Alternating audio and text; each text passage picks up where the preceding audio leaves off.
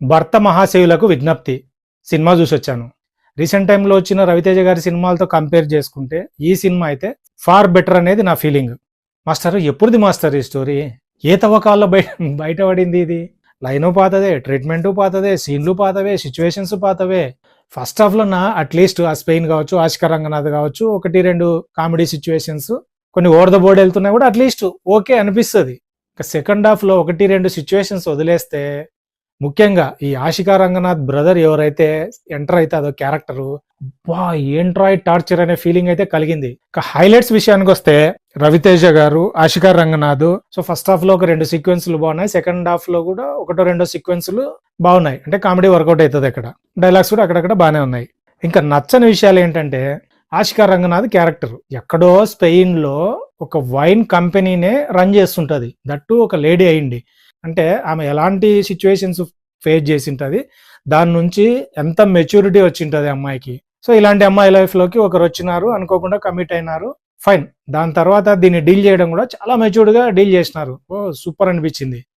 దాని తర్వాత మళ్ళీ ఈమె కంబ్యాక్ అవుతుంది హీరో లైఫ్ లోకి. సో ఇక్కడికి వచ్చిన తర్వాత క్యారెక్టర్ ఎలా బిహేవ్ చేస్తుంది అంటే చాలా సిల్లీగా బిహేవ్ చేస్తుంది.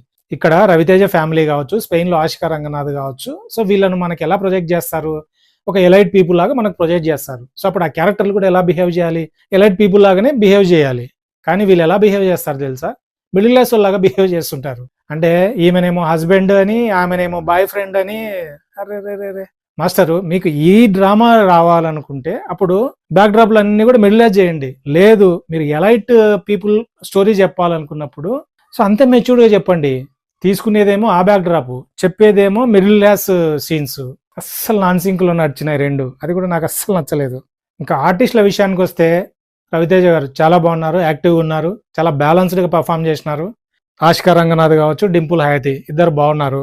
వెన్నెల కిషోరు, సునీలు, మురళీధరు, మాస్టర్ రోహను, సత్య ఉన్నంతలో ది బెస్ట్ అయితే ఇచ్చినారు. ఇంకా టెక్నికల్ విషయాలకు వస్తే విజువల్స్ బాగున్నాయి. సో సాంగ్స్ కూడా 1-2 బాగున్నాయి. బీజిఎం కూడా సర్ప్రైజింగ్ గా, సో కొన్ని కామెడీ ఆ సిచ్యువేషన్స్ వచ్చినప్పుడు కొంచెం బాగా ట్రై చేసినారు అనిపించింది ఈసారి. ఓవరాల్ గా భర్త మహాశయులకు విజ్ఞప్తి, వెళ్ళాలా వద్దా? మాకు కామెడీ స్కిట్స్ ఉంటే చాలు, స్టోరీ ఏం అవసరం లేదు అనుకుంటే హ్యాపీగా ఫ్యామిలీతో వెళ్ళి ఎంజాయ్ చేయండి. లేదు కామెడీతో పాటు మాకు ప్రాపర్ స్క్రిప్ట్ కూడా కావాలి అనుకుంటే మాత్రం డిసప్పాయింట్ అవుతారు. నా రివ్యూ కనుక మీకు నచ్చినట్లయితే లైక్ చేయండి, షేర్ చేయండి, సబ్స్క్రైబ్ చేసుకోండి.